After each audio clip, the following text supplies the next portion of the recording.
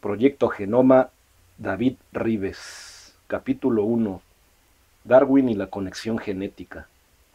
Cuando Charles Darwin regresó a Inglaterra en 1836, de su histórico viaje de 5 años a bordo del barco Beagle, tenía en su mente una especie de rompecabezas con una serie de interrogantes excitantes sobre unas cuestiones no menos fascinantes. De hecho, hacia finales del siglo XVIII, el concepto del mundo era fundamentalmente estático. La Tierra tenía una edad de 6.000 años y la creación tuvo lugar hacia el año 4004 antes de Cristo, pero Darwin había observado algo muy extraño en las Islas Galápagos.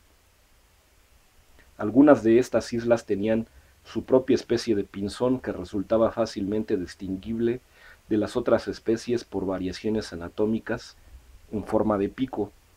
Darwin se preguntó por qué cada isla tenía su propia especie, perfectamente adaptada.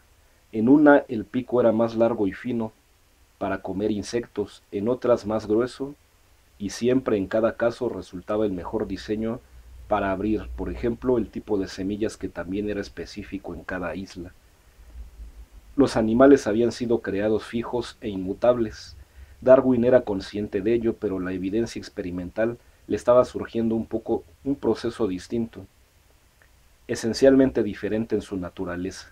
Si las especies de pinzones que observó entre 21 y 23, según manifiesta en su obra, diferían ligeramente entre sí y habían sido creadas exclusivamente en las Galápagos, ¿por qué se parecían tanto a las del continente sudamericano? Además, según les describía, no existían similitudes en las condiciones de vida en la naturaleza geológica de estas islas, que no son volcánicas, en la altitud o el clima con ninguna de las existentes en el continente suramericano. Si ambos lugares no tenían prácticamente nada en común, ¿por qué se encontraban en ellos pinzones que, aunque perfectamente pertenecientes a especies diferentes, estaban estrechamente entroncados entre sí? Era evidente que la respuesta basada en la creación fija e inmutable no podía satisfacer su curiosidad en absoluto.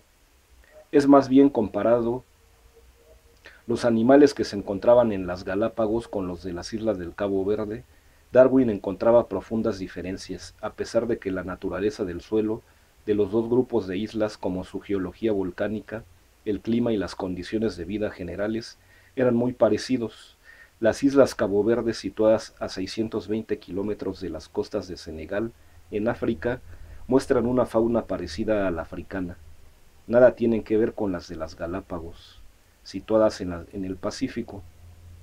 La consecuencia lógica que sigue a esta cuestión, argumenta Darwin, es que las Galápagos fueron colonizadas por las especies de pinzones del continente suramericano y que estos conquistadores eran susceptibles de modificación.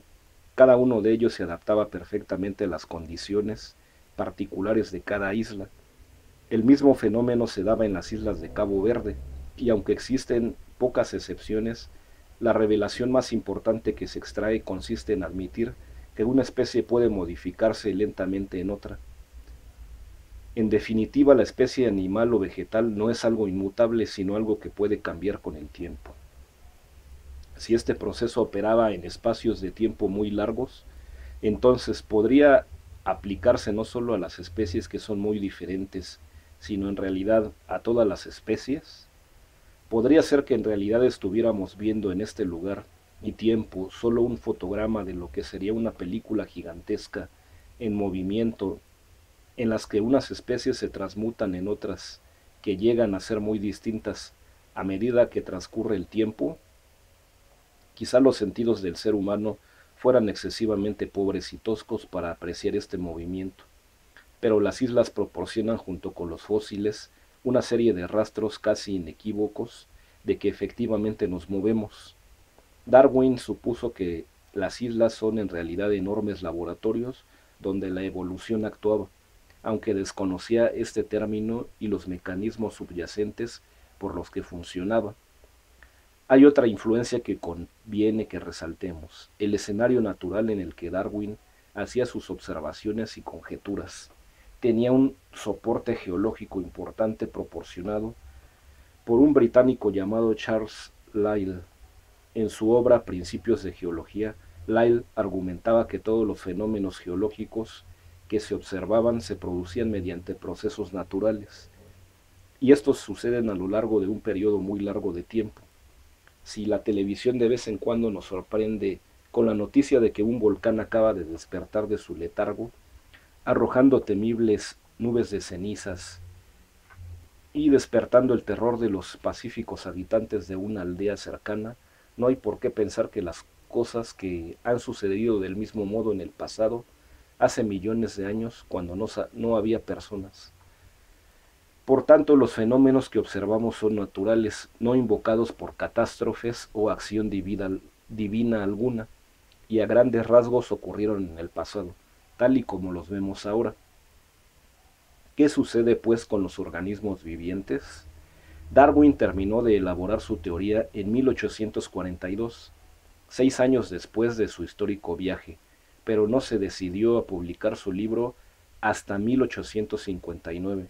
Cuando lo hizo, el mundo entero se tambaleó y vibró. Lo que expuso fue una idea intuitiva que todo el mundo comprende. En un combate de boxeo gana el más fuerte, y el mundo es en realidad un escenario experimental donde se están entablando batallas continuas, donde las estrategias de los seres vivientes compiten entre sí por la supervivencia, para dejar más descendencia. El escenario natural que presentaba era en esencia dinámico. Un fenómeno conocido como selección natural actuaba sobre todos los organismos vivos. Es precisamente la selección natural lo que se convierte en el motor fundamental de la evolución. ¿Y cuáles son sus resultados? La naturaleza ante nuestros ojos se ofrece como un escenario increíblemente variado.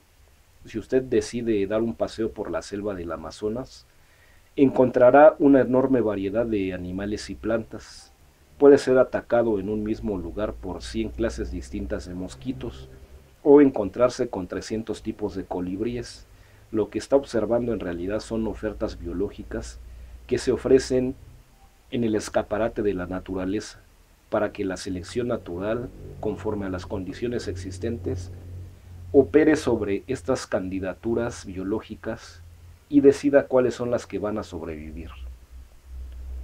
¿Y quiénes son los ganadores? Aquellos que mejor adaptados estén a las condiciones que les ofrece el entorno. En suma, aquellos organismos más capacitados para hacer frente a las adversidades y ganar, que tienen una mejor disposición ganadora frente a otros competidores.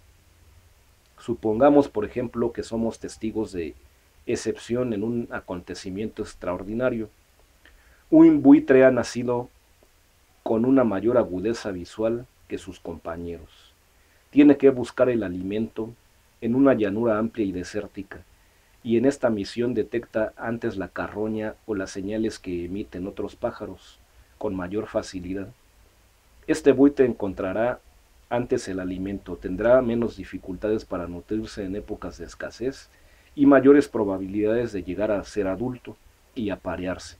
O una oruga, por ejemplo, que consigue una pigmentación mucho más real que otra para camuflarse, escondiéndose en una hoja de una selva amazónica, un camuflaje que le permitirá escapar de la acción de algún insecto comedor de orugas.